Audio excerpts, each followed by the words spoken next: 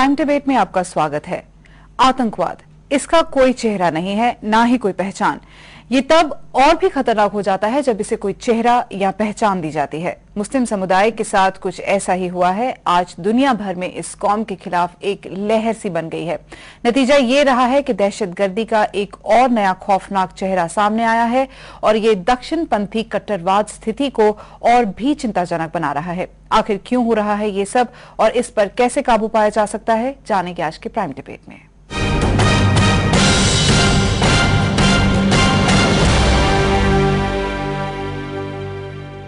Norway में पिछले दिनों एक सरफिरे शख्स ने एक साथ कई लोगों को बम और गोलियों से मौत के घाट उतार दिया। पुलिस के मुताबिक खुद को कट्टर ईसाई बताने वाला ये शख्स मुस्लिम विरोधी विचारधारा रखता है।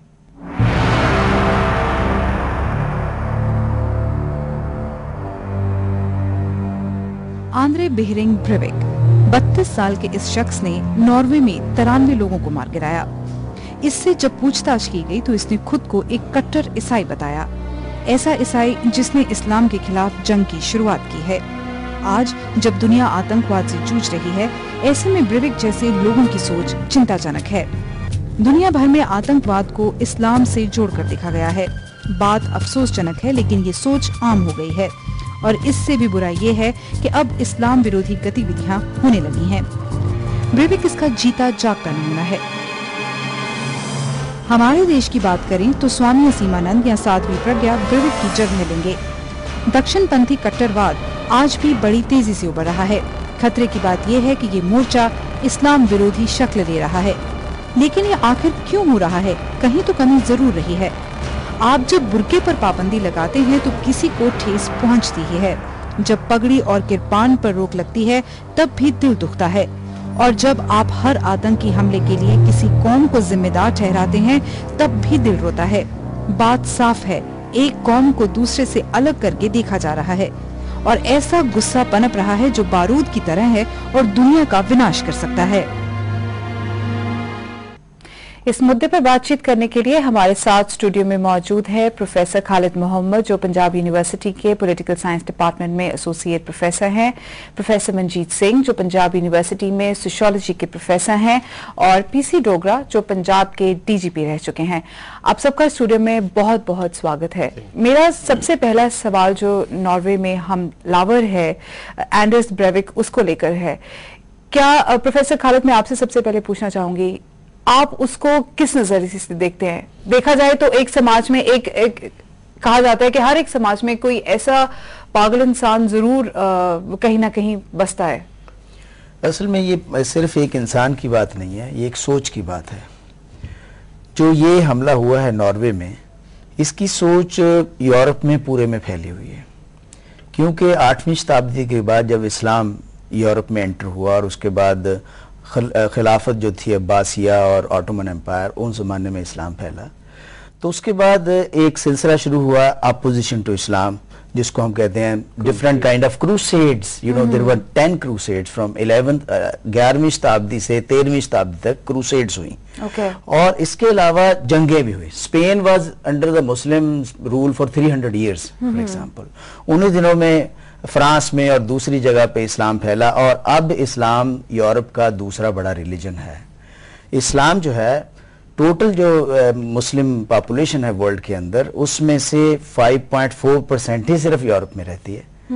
और लेकिन फिर भी यूरोप क्योंकि एक छोटा कॉन्टिनेंट है, वहां पर एक अच्छी खासी तादाद है। कुछ कंट्रीज ऐसे हैं जहां पर नहीं है, लेकिन जहां जहां पर भी इस्लाम मुस्लिम्स हैं और ज्यादातर माइग्रेंट्स हैं, जो कोई अल्बानिया से माइग्रेट हुए, टर्की से माइग्रेट हुए, और वहां पर वो अपना वैल्यू सिस्टम, अपना कल्चर, अपना रिलीजन जो है उसको मेंटेन रखना चाहते हैं। They do not want to assimilate.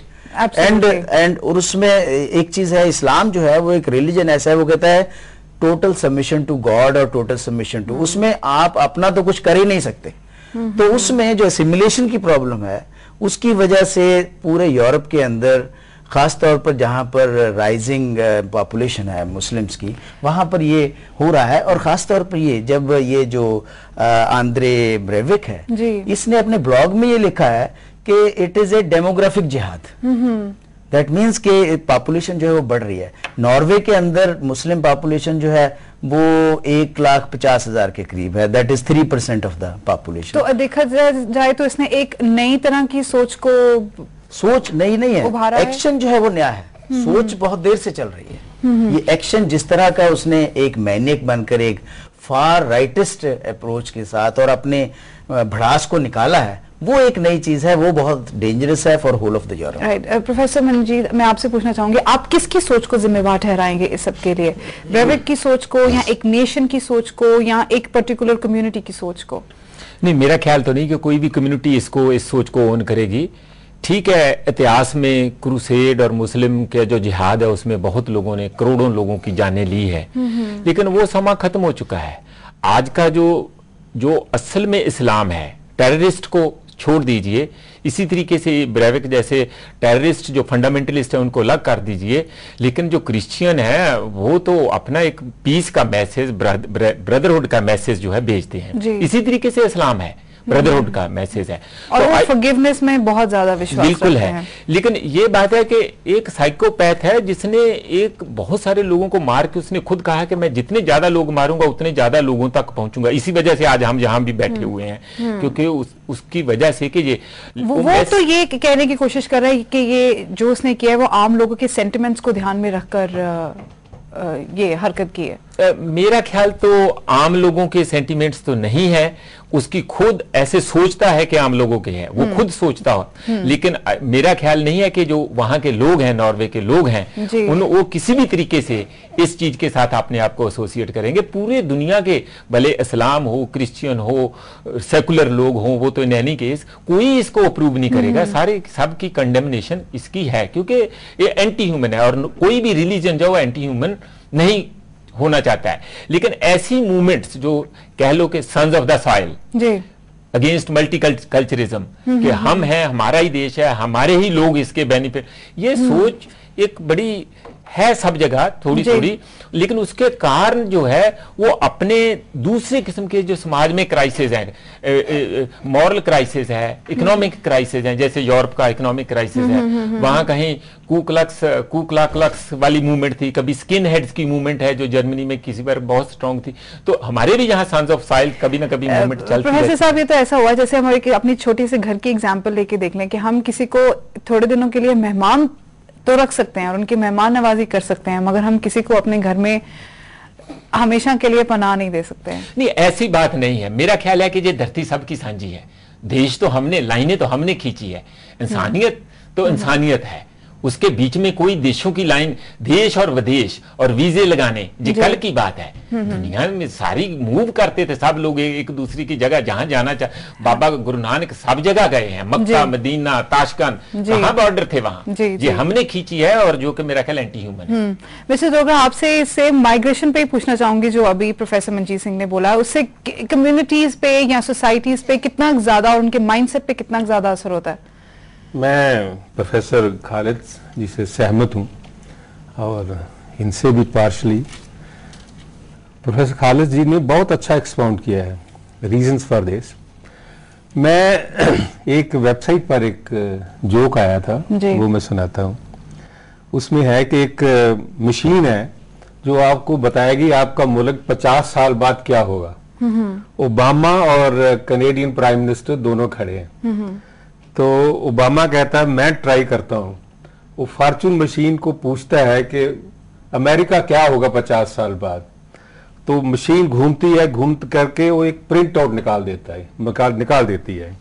और प्रिंट आउट में आता है कि 50 साल बाद अमेरिका विल बी सेफ, आराम से रहेगा, कोई झगड़ा नहीं होगा, और Chang Fei will be the president of America, and उसके बाद कोई झगड़ा नहीं होगा, और एक जो वाइस प्रेसिडेंट होगा, जो भी नाम दिया है, वो मैंडेटरी कर देगा Chinese language, America will be mandatory. तो मिस्टर हार्पर खड़ा है, तो हार्पर कहता है मैं भी पूछता हूं फॉर्चून मशीन से। तो ही ऑल्सो फॉर्चून मशीन को पूछा कनाडा क्या होगा 50 साल बाद। वो मशीन खूब घूमी तो प्रिंट आउट निकाल के दे दिया। तो उसने लिया तो देख रहा है, he staring at it. President Obama कहता है mister Harper come on say what is written in that, he says मैं पढ़ नहीं सकता, ये पंजाबी में है. So this is the effect of immigration in Canada. Right. So it is a question of there are two aspects of this. एक है immigration economics, job opportunities which are being denied to the local. और इसमें various government जो है action ले रही है. Barack Obama में भी एक्शन लिया है कि आउटसोर्स जो कर रहे हैं आपको. उसका देखा जाए तो सबसे बड़ा एग्जाम्पल हमारे महाराष्ट्र में है जी. It's a question of economic. जितने भी आप देखें इंडिया में भी जो राइट्स पहले होते रहे इकोनॉमिक झगड़े इकोनॉमिक्स के थे, कलर इसको कम्युनल दे दिया गया. एक इशू तो ये है. दूसरा इशू जो जैसे खालिद जी ने कहा है, एक यूरोपियन कम्युनिटी में ये इंप्रेशन जा रहा है कि जैसे जैसे मुस्लिम पॉपुलेशन बढ़ेगी ये this will be a cultural invasion of their country. उनके जो वैल्यू सिस्टम है जी, उनके जो एथिकल जो वैल्यूज हैं लाइफ की, उस पर गहरा धक्का पहुंचेगा. मगर अगर उनको प्रिजर्व रखने का ये तरीका तो ना हुआ कि आप देखिए जी, whether it is a prime minister president of German और प्रेसिडेंट ऑफ फ्रेंच का है सार्कोजी और कैमरून, उन्होंने ये ऑन रिकॉर्ड है, तीनों के स्टेटमेंट्स हैं कि मल्टी कल्चरिज्म हैज फेल्ड.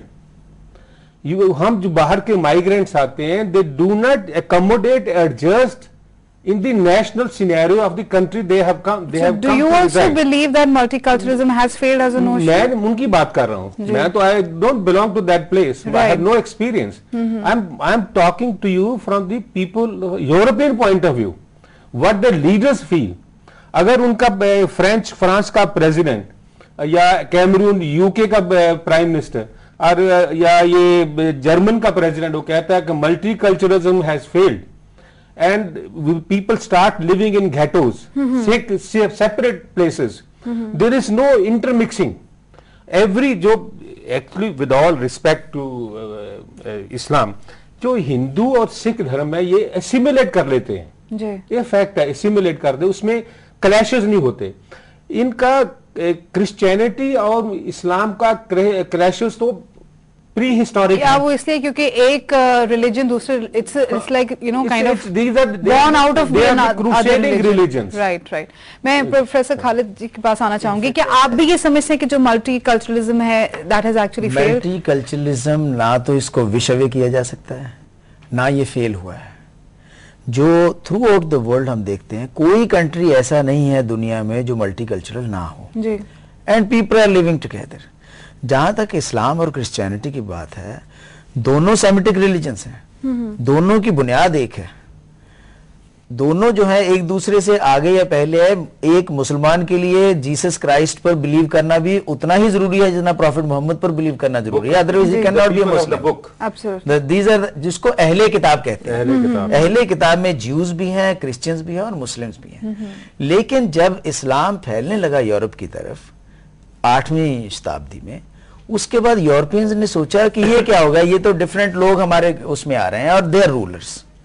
उसकी वजह से एक अंदर जो पैदा हुआ कि भी इनको किसी तरह से रोकना चाहिए, उसकी वजह से सैकड़ों साल तक लड़ते रहे आपस में. आज भी जो क्लैश ऑफ सिविलाइजेशन की थ्योरी दी है, कुछ लोग मानते हैं कुछ लोग नहीं मानते, तो क्लैश ऑफ सिविलाइजेशन की थ्योरी भी इसी पर है कि दो बिल्कुल डिफरेंट वैल्यू सिस्टम्स हैं, उनको असिमिलेशन जो है इट इज